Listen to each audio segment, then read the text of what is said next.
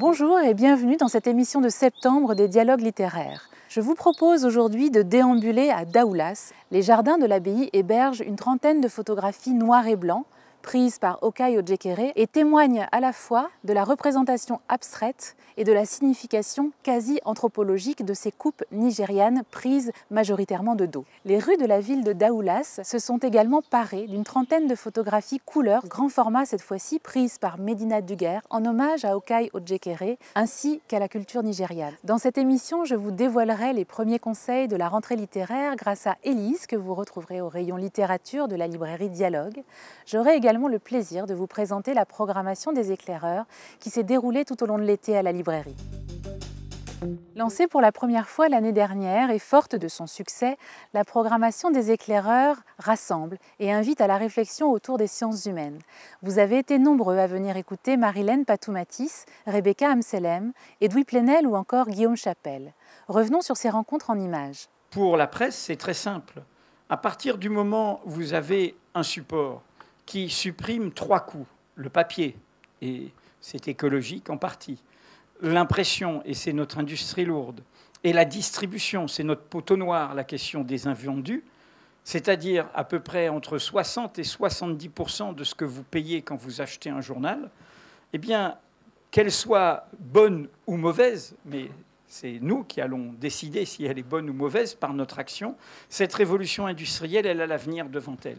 Et donc, pour montrer qu'aussi on s'inscrivait dans cette bataille. Comment recréer une presse indépendante qui ne vive que du soutien de ceux qui la lisent et qui ne soit contrôlée que par ceux qui la font, c'est-à-dire qu'il n'ait pas de fil à la patte, qu'il soit partisan, idéologique, mais surtout économique, industriel, avec des industriels extérieurs au métier de l'information.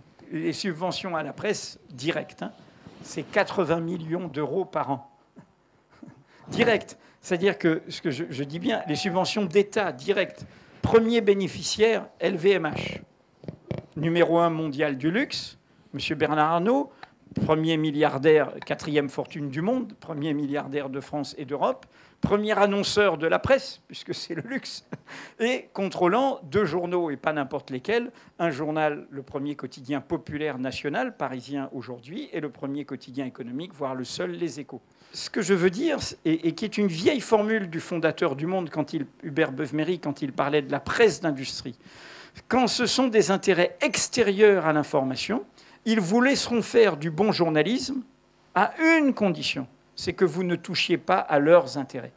Sur la valeur de l'information, les 2 seuls médias qui ont annulé le débat où je devais être invité, Radio Classique et une vidéo des Échos, je suis passé à France Inter juste le lendemain de la sortie du livre au journal du matin.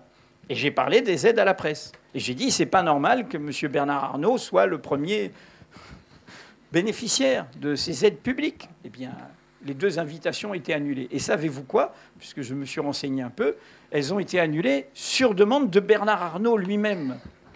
À point de se dire, mais quand même, il a autre chose à faire. Ce qui montre bien comment une certaine voracité économique va avec une certaine intolérance démocratique. Non, la raison profonde d'écrire ce bouquin, c'était de se dire, les fameuses solutions aux problèmes, nous, on n'y croit plus. On pense qu'on va aller vers que quand on va sortir du pétrole, qu'on en sorte en le subissant ou en le choisissant, mais pour l'instant, on va plutôt dans la direction de le subir que de le choisir.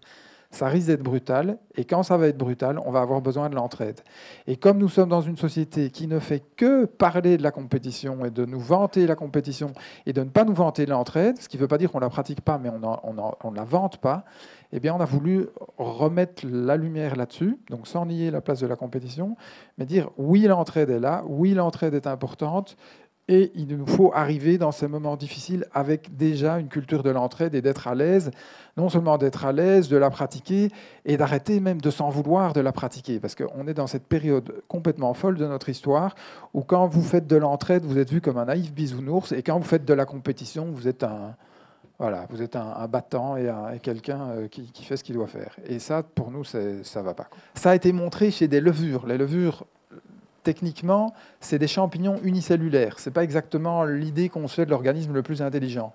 Eh bien, les levures, quand vous mettez deux levures qui savent faire des choses complémentaires, comme je le disais avec des bactéries tout à l'heure, dans un milieu, si le milieu est abondant, elles se tapent dessus et il y a une souche qui finit par prendre le dessus sur l'autre. Et plus vous tirez sur la ressource, plus elles commencent à collaborer. Si vous tirez encore plus sur la ressource, à la fin, elles sont en collaboration obligatoire, c'est-à-dire que celles qui ne collaborent pas meurent. Si vous vous souvenez, le 11 septembre, il y a eu beaucoup de morts, mais les tours se sont quand même essentiellement vidées. Et ils n'ont pas téléphoné à leur chef pour savoir comment ils devaient faire. Ça s'est fait spontanément dans les couloirs. Il y a plein de témoignages là-dessus, il faut aller lire. C'est vraiment intéressant de voir comment, dans les bureaux, ça s'est auto-organisé pour que ça descende. Mais ils sont descendus à fond la caisse. Au Bataclan, à Paris, il n'y a personne qui est mort de piétinement. Les gens se sont sauvés sous le feu des terroristes entre inconnus. Donc ça montre à quel point le réflexe qui sort, en général, dans les situations de crise, c'est un réflexe de coopération. En fait, au final, je pense qu'on ne va pas réussir à faire un changement de paradigme durable pour vraiment arriver à une société où les femmes sont les égales des hommes sans qu'il y ait un changement économique qui se passe. Je suis tombée sur ce chiffre il n'y a pas hyper longtemps, mais qui m'avait vraiment fait halluciner. C'est que dans le monde aujourd'hui, 99% des revenus de la propriété reviennent aux hommes. Les revenus de la propriété, c'est quoi? C'est les revenus, genre les profits liés aux actifs mobiliers et immobiliers. Et 99% de ces revenus reviennent aux hommes. Et ça s'explique extrêmement bien. C'est des années et des années d'inégalités en matière d'héritage, aussi d'inégalités salariales, d'inégalités économiques en règle générale.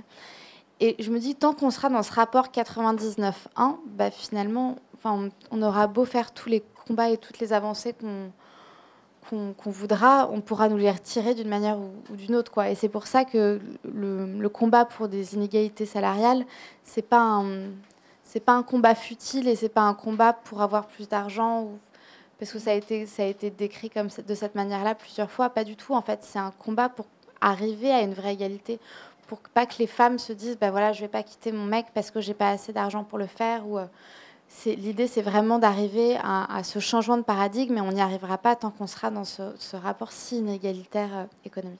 Et moi, je pense que si jamais il peut vraiment se passer quelque chose dans les 5 prochaines années et pas attendre 2186, comme ce qui a été évoqué à Davos, c'est au niveau des entreprises que ça va se faire. C'est au niveau du fait qu'il y ait de plus en plus de femmes qui sont à la tête de ces entreprises. Il y a de plus en plus d'hommes aussi qui ont conscience de ces inégalités-là et qui ne sont pas uniquement sur construire un projet basé uniquement sur le profit, mais un projet sociétal, en fait. Parce que, effectivement, au niveau des politiques publiques, ce n'est pas en faisant de ce qui est proposé par le gouvernement actuel comme le name and shame ou en gardant les amendes telles qu'elles sont qu'on va faire quoi que ce soit.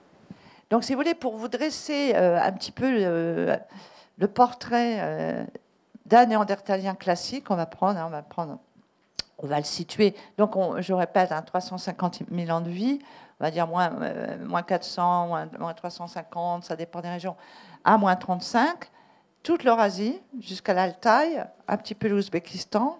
En ce moment, je travaille sur un site là-bas en Ouzbékistan.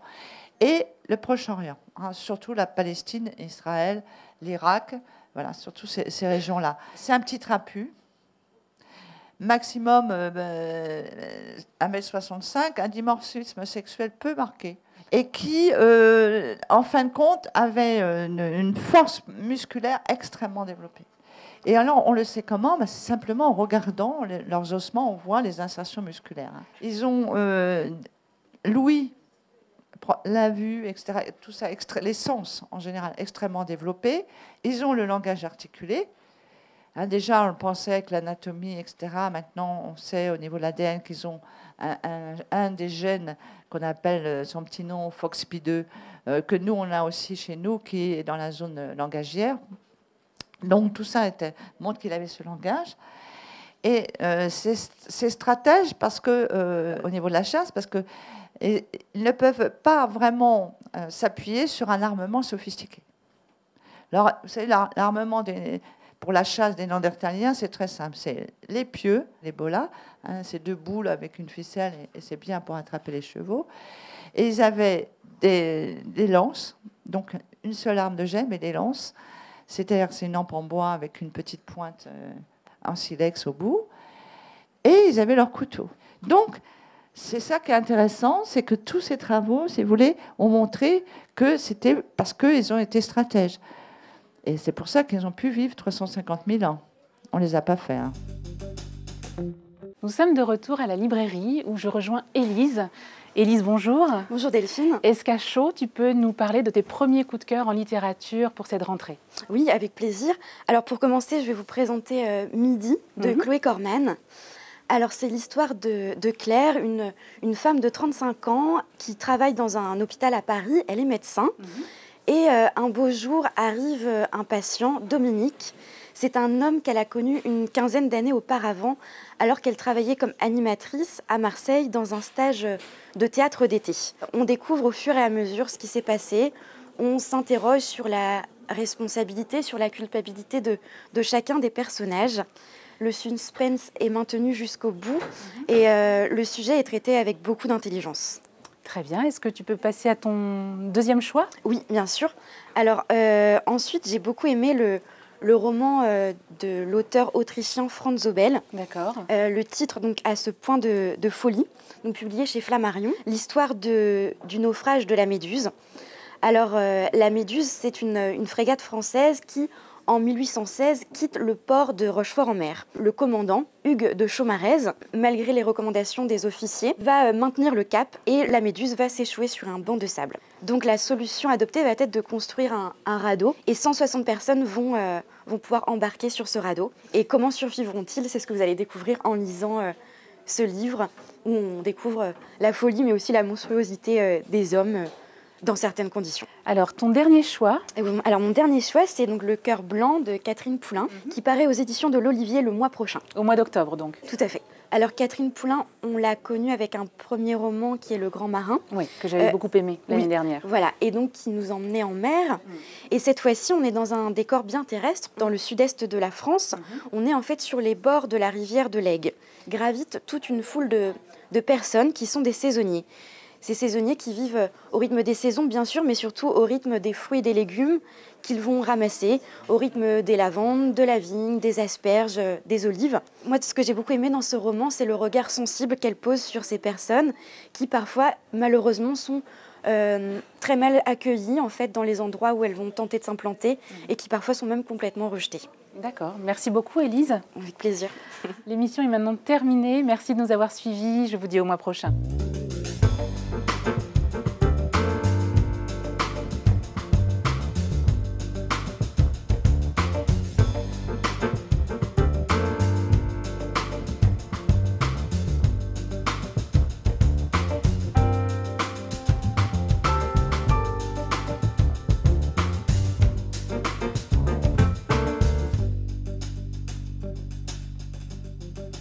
Thank you.